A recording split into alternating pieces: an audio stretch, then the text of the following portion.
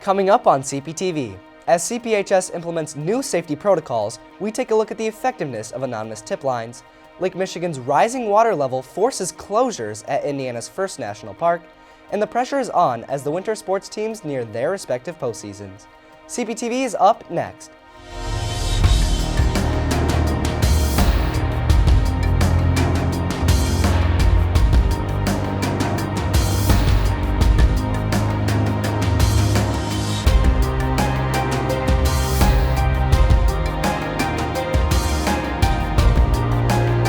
Stand by. Countdown in 5, 4, 3,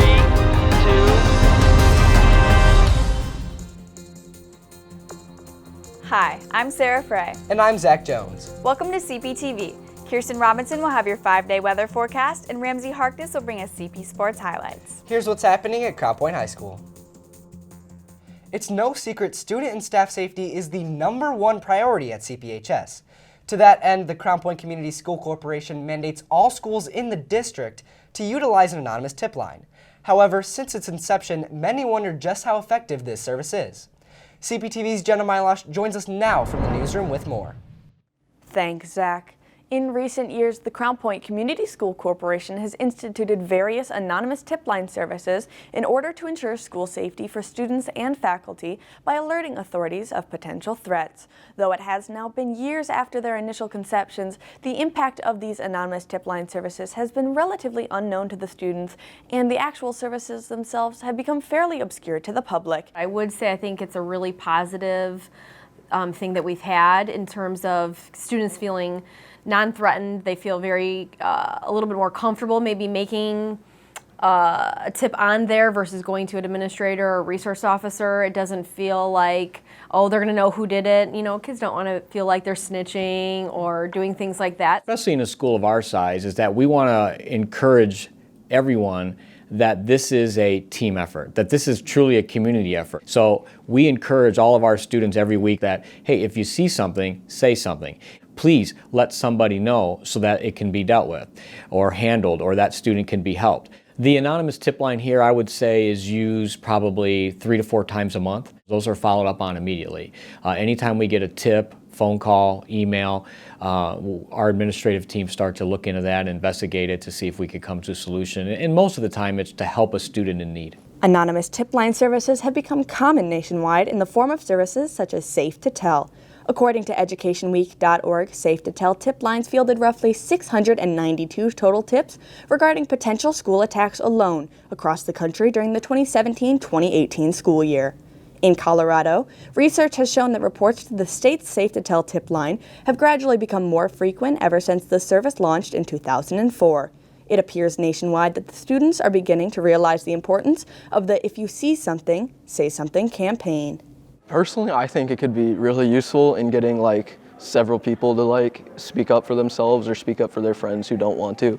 But I feel like administration and whoever is in charge of the tip line has not communicated that effectively. And then of course there are students who take it as a joke, have just called it because see what happens. If a student or staff member is ever in need to alert administration of a threat anonymously, they should dial 663-4885 and then hit 9. That's 663-4885 and then dial 9. From the newsroom, I'm Jenna Milosh. Back to you. If you have any information about a threat to our safety or a concern for another student, you can make an anonymous report by downloading the new Safe Schools Alert app, or as Jenna said, by calling the tip line. Plastic straws are one of the top 5 contributors to plastic marine waste, with millions of these straws being used every day in the U.S. alone. With California leading the way of plastic straw alternatives in January of 2019, paper and metal reusable straws have been making their way into NWI businesses ever since. CPTV's Armando Bracco met with local business owners and experts to explore these alternatives. Recently, there has been a growing movement for alternatives to plastic straws. These alternatives include paper and metal straws, which are seemingly starting to pop up everywhere. With the rise in popularity in these straws, people are starting to question how environmentally effective these straws truly are. But I do think that by carrying a metal straw with you from place to place, you can definitely have an impact on the environment. That's going to be the less plastic that we're finding in our lakes and in our oceans and on our beaches, and every little straw counts. An aquatic ecologist from Purdue University Northwest, Leslie Dorworth, believes that the alternatives to plastic straws are beneficial. Plastic straws can last over 200 plus years in the environment, so that's longer than theoretically we will ever be here for a single-use item. Paper straws will degrade, break down, biologically break down. Straws will not be biologically broken down.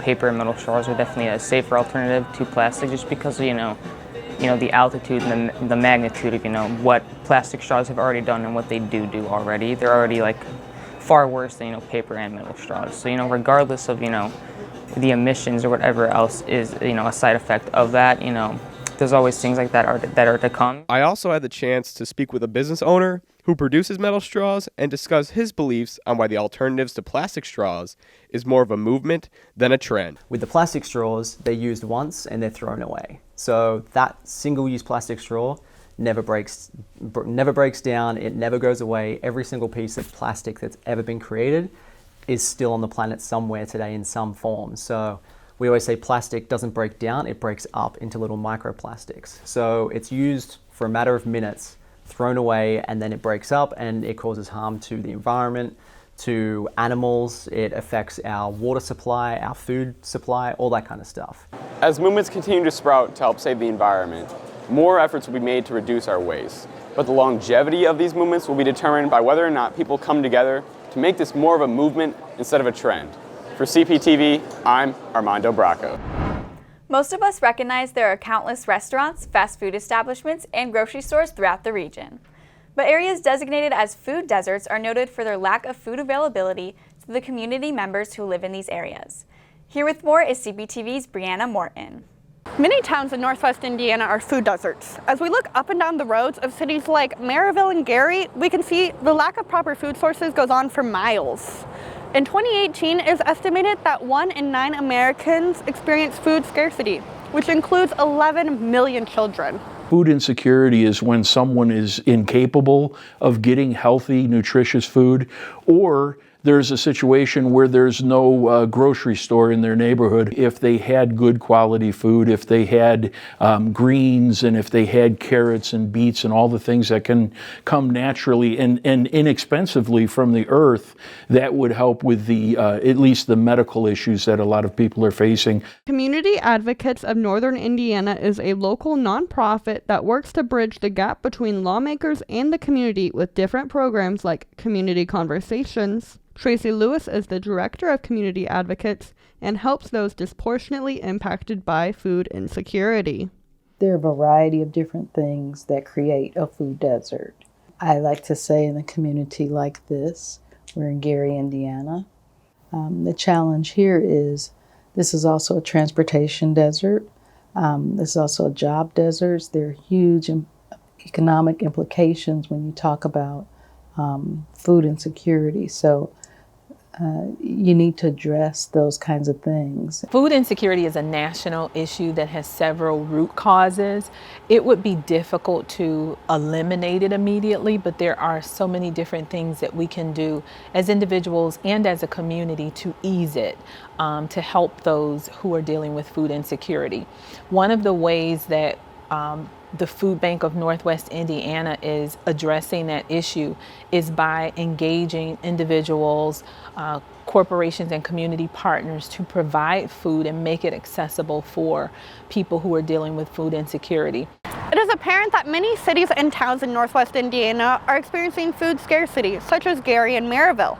As we look around, we can see that it'll take many lawmakers and regular people to work together to fix this issue. For CPTV, I'm Brianna Morton. Kirsten, over the weekend we were supposed to see a fair amount of snow, but I don't remember seeing any. Yeah, Zach, we were supposed to see some pretty serious snow over the weekend, but it never really came. So here we are, it's the end of January, and everyone keeps asking me, are we going to see any real snow this winter? Well, not this week or really for the foreseeable future. Let's take a look at what you can expect for the rest of today. just a dreary, cloudy day out there right now. And I expect that to continue into the evening with a temp of 30 degrees at noon, 33 degrees at 3 p.m., and it'll fall a bit to 27 degrees around 6 p.m. Mild winds out of the northeast. For your 5-day forecast, tomorrow the high will be 33 degrees with the same cloudy skies we're seeing today. As a matter of fact, we're going to see cloudy skies all week. Friday will be 38 degrees with the low of 29. And over your weekend, we may see some light snow overnight on Saturday with the daytime high around 40. We'll probably see less than an inch of accumulation in northwest Indiana. On Sunday, the snow will clear out and the temperature will rise to a high of 43. On Monday, we could see some light snow again, but not enough to really have any impact. That's your 5-day weather forecast. Enjoy this so far mild winter. Zach, Sarah? Thanks, Kirsten. The Indiana Dunes was named our nation's 61st national park last year, but has recently been suffering numerous closures due to high water levels. The increased levels can affect public safety as erosion is wiping out much of the northwest Indiana shoreline. Zach was able to get out to the dunes over the weekend and bring us this report. The nation's newest national park is in our own backyard, and it's at risk. As you can see here, Lake Michigan's recent record-high tides are causing erosion along the Indiana Dunes Beach shoreline. It has taken away this riverwalk and taken away 16 feet of rubble and sand into the middle of the lake. We're experiencing a lot of erosion because of high lake levels, and it's basically made some of our beaches smaller. It's made access to some of those beaches more difficult. And it's actually a natural process, and it happens all the time. But this seems to be the worst year because the lake is almost at historic high levels. Indiana University professor Dr. Ken Schoon studied the Indiana lakeshore for his book Calumet Beginnings and cites the erosion is now a natural occurrence and believes older generations could be to blame. There are some things that we shouldn't have done in the past. One of the things that was done in the past was for people to steal sand from the bottom of Lake Michigan. They had boats that had vacuum pumps. They put the mouth down onto the sand, so it was pumping sand up, and they would fill the cargo hold with sand. But they would then take this sand that nobody officially owned, so they didn't have to pay for it. But when you make a big hole because you've dug sand out of the bottom of the lake, then other sand closer to the shore goes in to fill that hole up, and that can cause erosion of the beach. The Dunes National Lakeshore is the #1 tourist area in Indiana, in the whole entire state.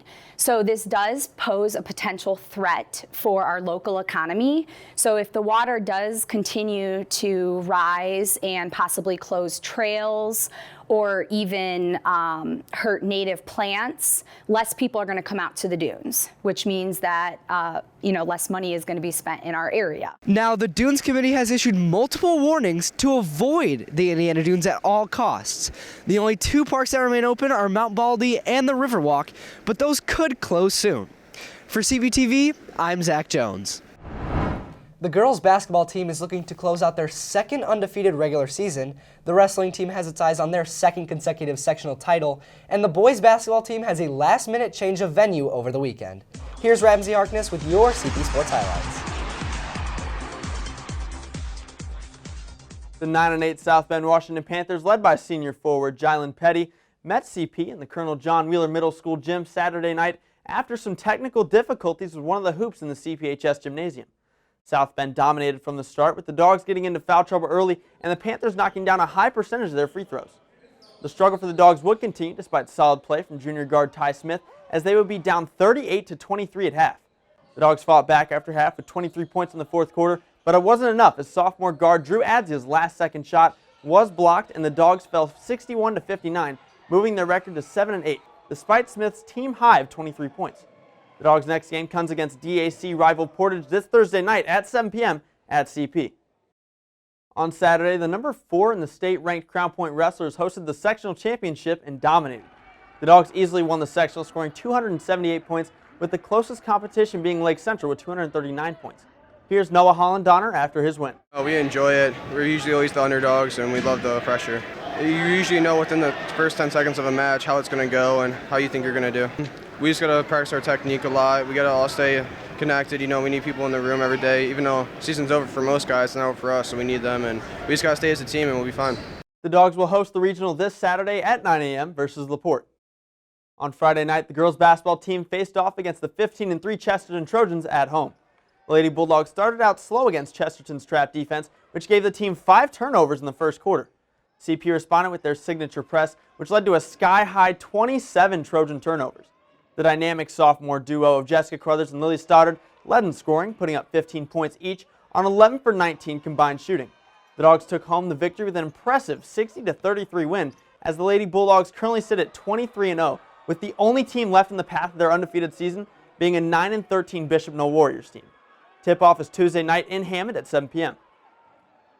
And lastly, the number 6 ranked CP gymnastics team took on the number 5 ranked Lake Central Indians on Thursday. Senior Paige Hind placed second on all-around, with freshman Bella Mones coming right behind her in third. Sophomore Gianna Whitty placed first on vault with a 9.35, and senior Kat Castoris placed third on vault with a 9.1. It feels really good that all my hard work and dedication had a positive outcome on the team, and I have a really good feeling about postseason. Well, I'm excited because this is my 19th year of coaching, so every year I just am really excited to have a chance to compete in this area. It's an honor, really, to compete in such a competitive area of the state. I have a really good team this year. We have a chance of making it out, being the third team, making it out of sectionals, hopefully, and that's what we're looking towards. We didn't have our best meet tonight, but it's still over 109, which still puts us at those top team scores in the state. But we are disappointed with a 109 because we know that we can do a lot better. The girls' next meet is at Maryville this Saturday at 1 p.m. And that's it for sports. The Crown Point Chamber of Commerce is developing a new digital walking tour which will use QR codes to promote historical buildings and local businesses in the downtown district. Here is CPTV's Olivia Bianco with details. The city of Crown Point has seen many new changes over the past couple of months with the formation of the Crown Point Chamber of Commerce. The Chamber's main goal is to enhance culture and drive commerce back into the community. Their newest project is a walking tour of the historic district of Crown Point. This digital walking tour will feature QR codes that will guide tourists and locals alike all around the historic district, all while promoting local businesses all around the city. Crown Point has a rich history, right? And so one of the things that we found out as a board of the Crown Point Chamber was that a lot of people were kind of misinformed or uninformed about what the history of Crown Point is. And so we feel like it's somewhat of a social responsibility for us to be able to inform the public of that and do it in a way that's modern and cool. So we're probably going to highlight around 13 buildings locally. It's not going to be all of just like the most popular buildings, but it's going to be the ones that we found the most interesting information on. A lot of the QR codes is what we're hoping to kind of be using the modern technology. And then through there also be able to kind of look back and say, hey, that's a lot of really cool stuff happened in this location, and cool to try to check out that arc in which, you know, the history of Crown Point happened. While the project has no real confirmation date, the Chamber is planning to open the project in late spring to early summer. For CPTV, I'm Olivia Bianco. In-depth research is becoming more prevalent in our course studies, yet often we prepare this work for our specific courses without any feedback from the outside world. Well, this year English teacher Alexandria Horton is attempting to provide greater feedback for students with the creation of a research symposium to be held on March 11th for all CPHS students. The Crown Point Research Symposium is designed for students to showcase their expertise and knowledge of a content area of their choice. Students that participate in the Research Symposium have the ability to extend their work outside of the classroom. When students take the opportunity to present at the symposium, they will be able to list this on their resumes as having presented at a collegiate and professional level conference. They will also be able to describe this experience within their college applications. Students who present at the Research Symposium will conduct a poster format presentation, and doing this will help create a more intimate and conversation-centered experience between the presenter and the audience. I'm doing my project on sustainable architecture. I've loved architecture ever since I was a kid, and it's what I'm going to college for, and I think the symposium is going to look great on my college resume. If you are a student here at the high school and you are interested in participating in the symposium, or you have more questions about the symposium, please don't hesitate to reach out to me and ask any questions that you might have. Keep in mind there is a half day for all students scheduled for this Wednesday, February 5th. That's it for today's show. Thanks for taking the time to tune in and for being with us. Remember, you can view all of our past episodes on crowntownmedia.org. You can also follow us on Twitter at CrownTMedia. For Ramsey Harkness, Kirsten Robinson, and all of us here at CPTV, I'm Zach Jones. And I'm Sarah Frey. Take care.